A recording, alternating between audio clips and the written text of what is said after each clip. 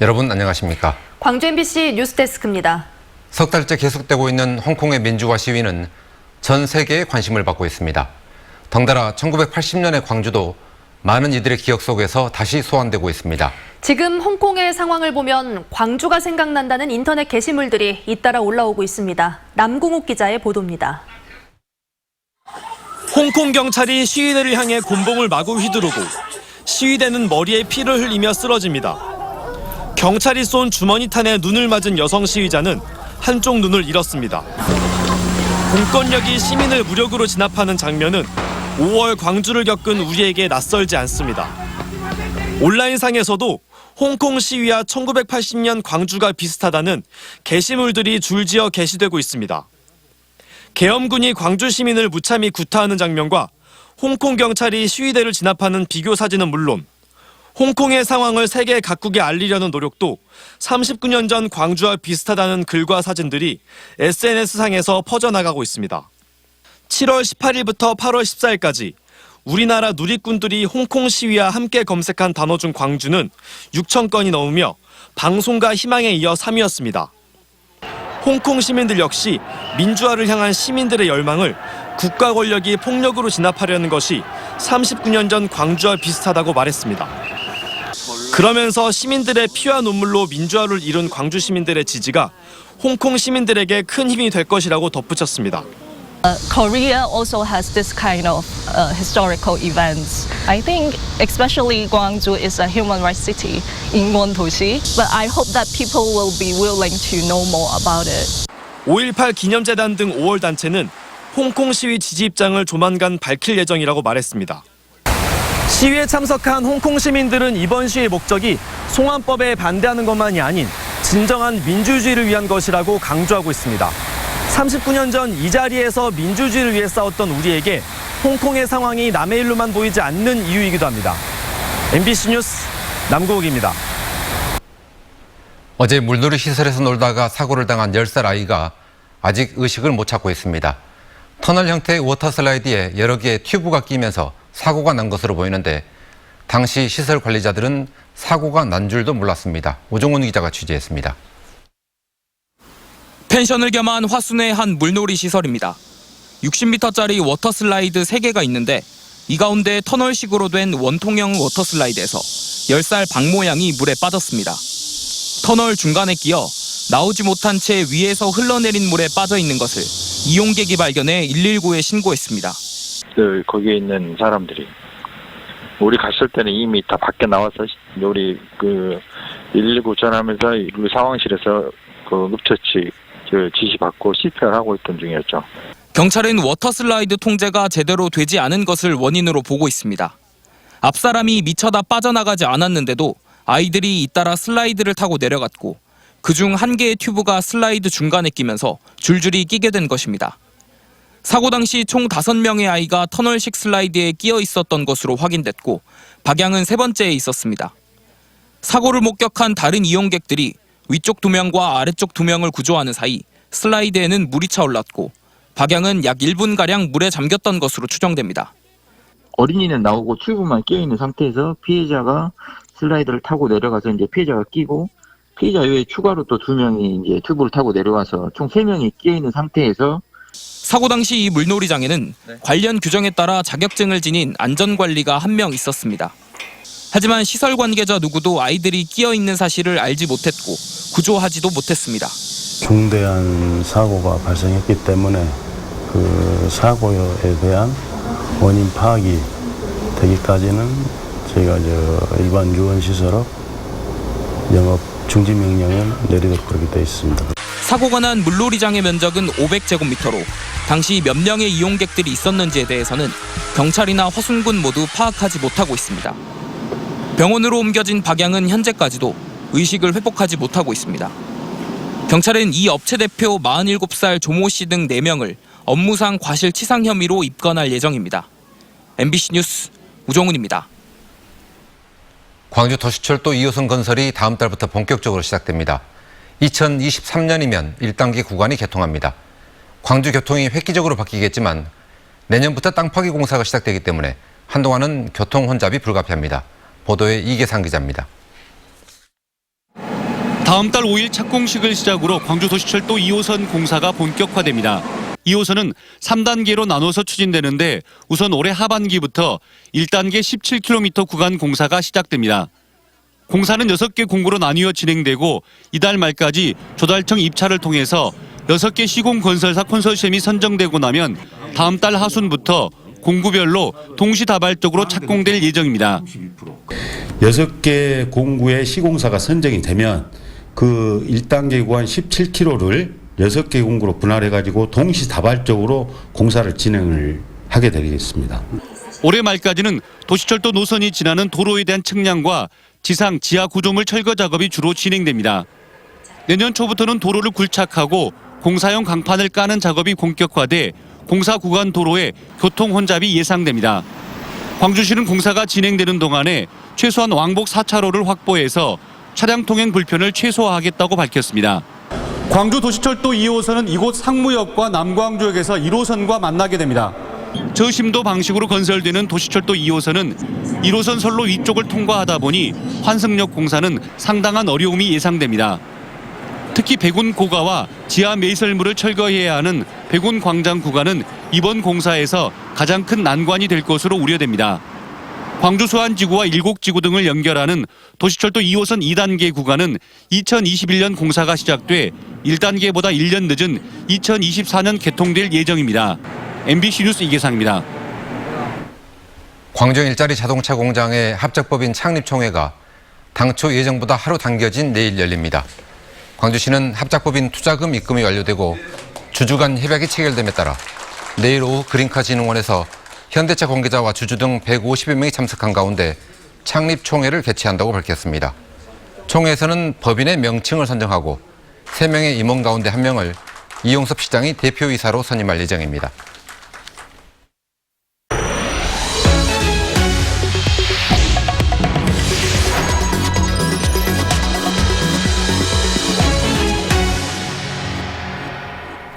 한 달 넘게 이어진 세계인의 수영축제가 모두 끝났습니다. 많은 기록과 추억 그리고 경험을 유산으로 남겼지만 이걸로 만족하기에는 아쉬운 면도 있습니다.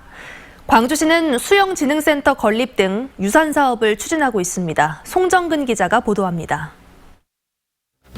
지난달 세계 수영 선수권 대회 개회식을 시작으로 문을 연 수영대회가 마스터즈 폐막식을 끝으로 2달간에 걸친 여정을 마무리했습니다. 적은 예산과 북한 불참, 국내 스타 선수 부재라는 3대 악재에도 불구하고 자원봉사자와 시민 서포터즈의 헌신으로 큰 문제 없이 대회가 끝났습니다. I did a good competition. The manifestation was very good. The organization, South Korea is beautiful, so everything was good.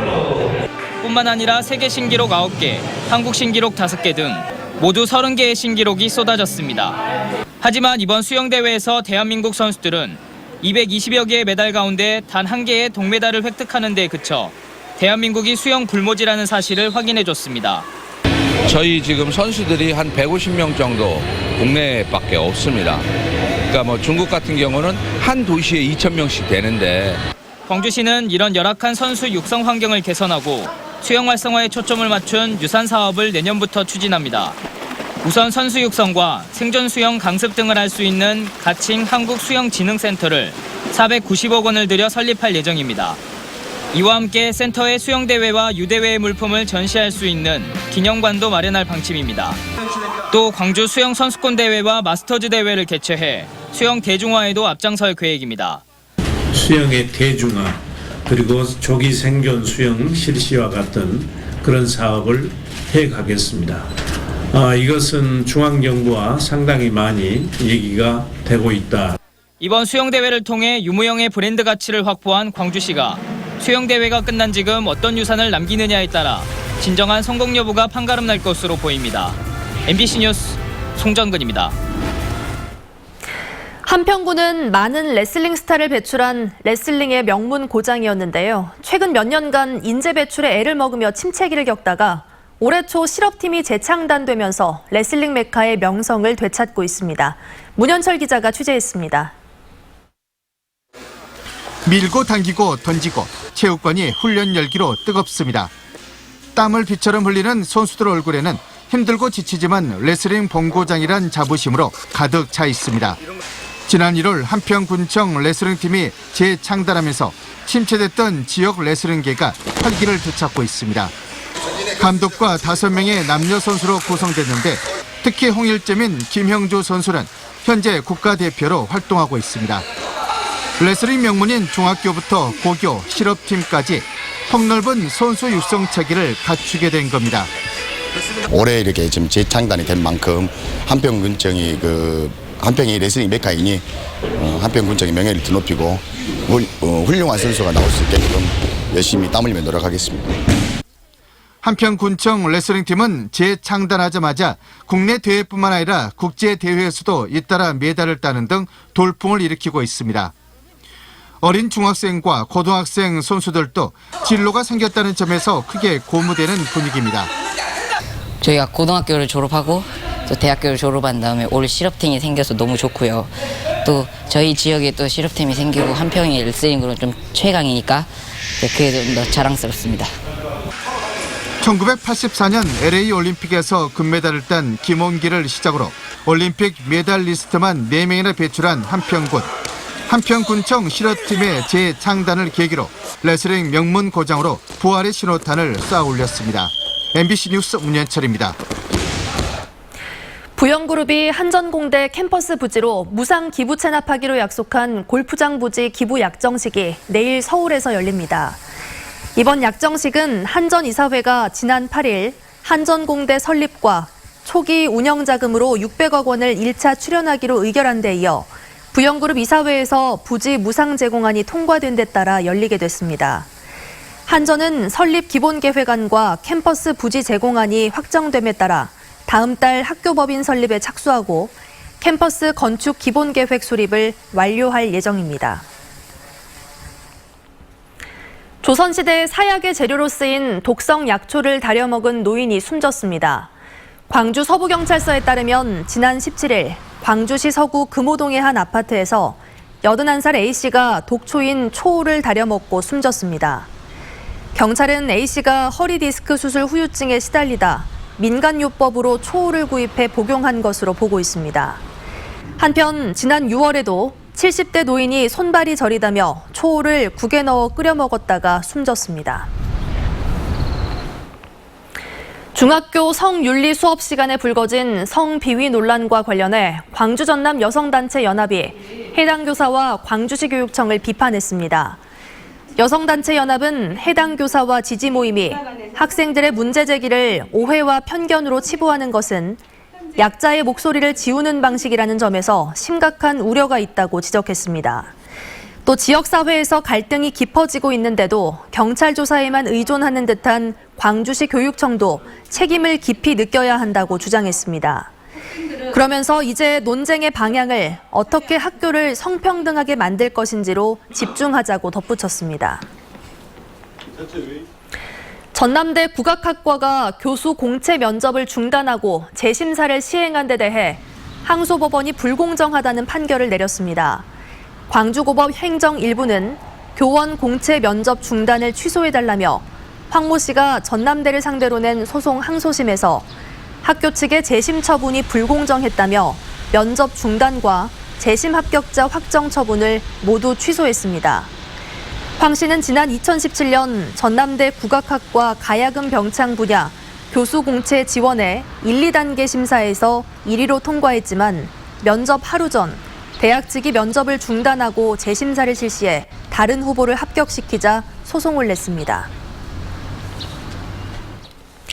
기아 타이거즈의 가을 야구 가능성이 희박해졌습니다. 후반기 상승세를 이어가던 기아는 지난주에 열린 홈 6연전에서 2승 4패를 기록했고 특히 6위 KT와의 주말 2연전에서 모두 한 점 차로 아쉽게 졌습니다. 이에 따라 KT와의 승차는 6게임, 5위 NC와는 승차가 7게임으로 벌어졌고 남은 경기가 31경기에 불과한 점을 감안하면 사실상 5강 진출이 어려워졌습니다. 기아는 이번 주에 LG와 키움, SK 등 리그 상위 팀들과 원정 6연전을 치릅니다. 광주시가 저출산 문제를 극복하기 위한 대책을 추진합니다. 광주시는 아이를 행복하게 키울 수 있는 광주를 만들기 위해 다음 달부터 24시간 운영되는 긴급 아이돌봄 센터를 개소하고 10월 중에는 병원 아동보호사가 입원 아동을 돌봐주는 서비스를 제공할 계획이라고 밝혔습니다. 또 아이나 키우기 좋은 광주 만들기 실천본부를 발족하고 여성가족재단의 가족돌봄 기능을 강화할 방침이라고 밝혔습니다. 광주시가 광주형 일자리 사업 대상지인 빅그린 산단 등 5개 산업단지를 경제자유구역 후보지로 신청하기로 했습니다. 광주시는 빅그린 산단을 비롯해 에너지밸리와 도시첨단 국가산단, 평동 3차 산단, 첨단 3지구 등 5개 산단을 광주 경제자유구역 개발계획안에 포함시켜 다음 달 중으로 정부에 제출하겠다고 밝혔습니다. 경제자유구역 대상지는 11월까지 정부 심사가 이루어진 뒤 12월에 예비 지정, 내년 상반기에 정식 지정 절차가 진행됩니다. 광주시는 경제자유구역 지정을 통해 미래형 자동차 산업과 스마트 에너지 산업을 집중 육성할 계획입니다. 광주시립미술관 관람객은 30, 40대 여성이 주축인 것으로 드러났습니다. 광주시립미술관이 지난 4월 말부터 6월 초까지 방문객 1,000명을 대상으로 설문조사한 결과 관람객의 76%가 여성이었고 연령대별로는 30대가 29.7%, 40대가 25.9%로 주류를 이뤘습니다.